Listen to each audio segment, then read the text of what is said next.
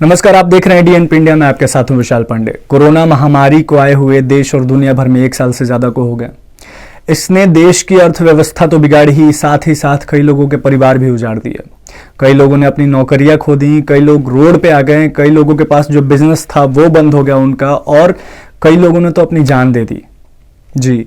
और इस वायरस की वजह से देश में लॉकडाउन लगाया गया था। पूरे देश भर में कई पाबंदियां लगाई गई थी। सरकार की तरफ से कई गाइडलाइंस जारी किए गए थे कि सोशल डिस्टेंसिंग करना ज़रूरी है, मास्क ज़रूरी है, हैंड सैनिटाइजर यूज़ करना ज़रूरी है, साफ सफाई ज़्यादा रखने की ज़रूरत है। तो ऐसे में थोड़े दिन पहले जो है सरकार की तरफ से वैक्सीन जारी की गई है कोरोना वायरस की।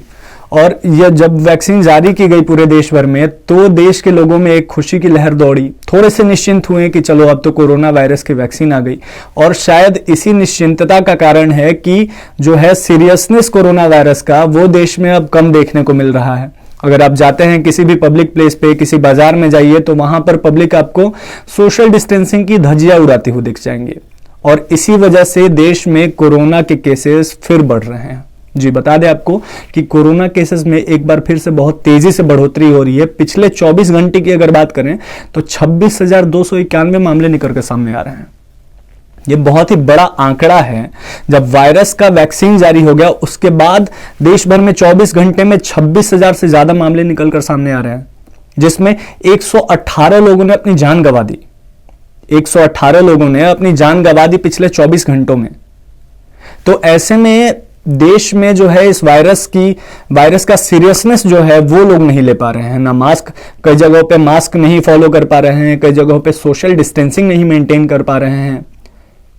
तो इसको तो करना बहुत ही जरूरी है। इस वायरस का सीरियसनेस आप समझिए, क्योंकि सरकार की तरफ से अभी कोई ऐसा बयान नहीं सामने आया है, या आपको भी पता है कि देश में ये वायरस अभी पूरी तरह से खत्म नहीं हुआ है। आपको जो है गाइडलाइंस फॉलो करने पड़ेंगे जो सरकार ने जारी किया गया है। चलिए इस पे एक बड़ा आपको अपडेट बताते हैं कि प्रधानमंत्री नरेंद्र मोदी जो हैं वो कल यानी 17 मार्च को पूरे देश भर के जो देश में राज्य हैं, राज्यों के मुख्यमंत्रियों के साथ बैठक करेंगे वीडियो कॉन्फ्रेंसिंग के थ्रू, और वो कोरोना के विषय पर चर्चा करेंगे।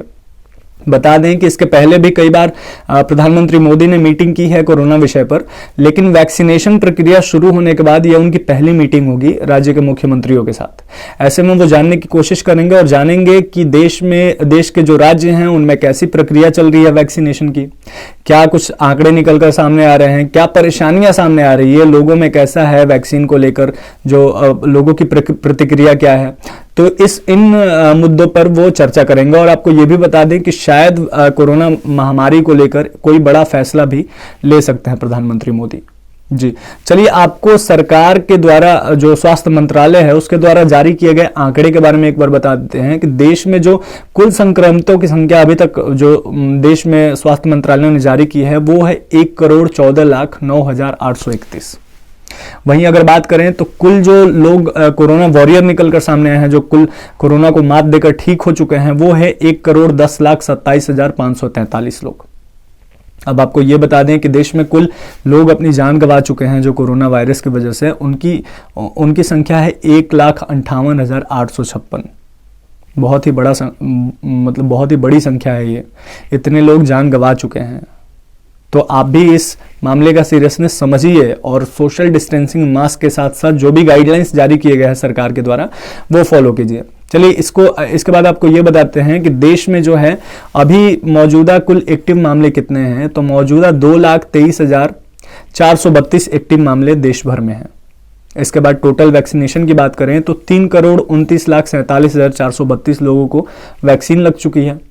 24 घंटे की आंकड़े की बात करें तो मैंने आपको पहले ही बता दिया है, फिर से एक बार बताता हूं कि 26,291 केसेस निकलकर सामने आए हैं पूरे देश भर में, जिसमें 15,051 केस सिर्फ महाराष्ट्र से आ रहे हैं सामने। ये गौर करने वाली बात है, क्योंकि जब कोरोना आया था शुरुआती दौर से ही देश में महाराष्ट्र एक ऐसा राज्य है जो कोरोना का सबसे ज्यादा मार झेल रहा है और अभी तक झेल रहा है।